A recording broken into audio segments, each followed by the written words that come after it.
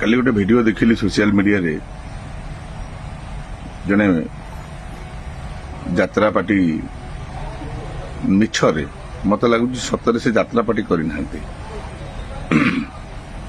କାହିଁକି ଏ କଥା ମୁଁ କହିଲି ନା ଯଦି ଯାତ୍ରା ପାର୍ଟି କରିଥାନ୍ତେ ଯାତ୍ରା ତାଙ୍କ ଭିତରେ ଥାନ୍ତା କଳାର ମନୋଭାବ ଥାନ୍ତା ପ୍ରକୃତ କଳାକାର ହେଇଥାନ୍ତେ ମଣିଷ ହେଇଥାନ୍ତେ ସେ ଏଭଳି ଗୋଟେ ଭିଡିଓ ଦେବା ପୂର୍ବରୁ କିଛି କହିବା ପୂର୍ବରୁ ଦୁଇଥର ଭାବିଥାନ୍ତେ।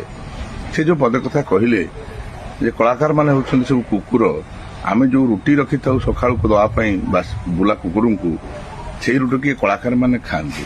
ଏଇଠି ମୁଁ ପଦିଏ କଥା କହିବି ଆଜ୍ଞା ଠିକ ଅଛି ଆମେ ସବୁ କୁକୁର ଭଗବାନଙ୍କ ସୃଷ୍ଟି ଭଗବାନ କାହାକୁ କେତେବେଳେ କଣ କରି ଜନ୍ମ କରିବେ ସେ ହିଁ ଜାଣିଛନ୍ତି। ତେଣୁ ଭଗବାନ ଆମକୁ କୁକୁର କରି ଜନ୍ମ କରିଛନ୍ତି ଆମେ ଖୁସି ସେଥିରେ ଅଛୁ। କିନ୍ତୁ ଆମ ଭଳି କୁକୁର ମାନଙ୍କୁ ନେଇ ଆପଣ ଯେତେବେଳେ ଗୋଟେ ମଣିଷ ହେଇ ବେପାର କରୁଛନ୍ତି ଆପଣଙ୍କୁ କଣ କୁହାଯିବ ଦୟାକରି ଆଗାମୀ ଭିଡିଓ ଟିକେ କହିବେ ଆଜ୍ଞା। ଆପଣଙ୍କ ଭିଡିଓ ଅପେକ୍ଷାରେ ରହିଲି। ଜୟ ଶ୍ରୀ ଜଗନ୍ନାଥ। ଭୁଲ ଥିଲେ କ୍ଷମା କରିବେ।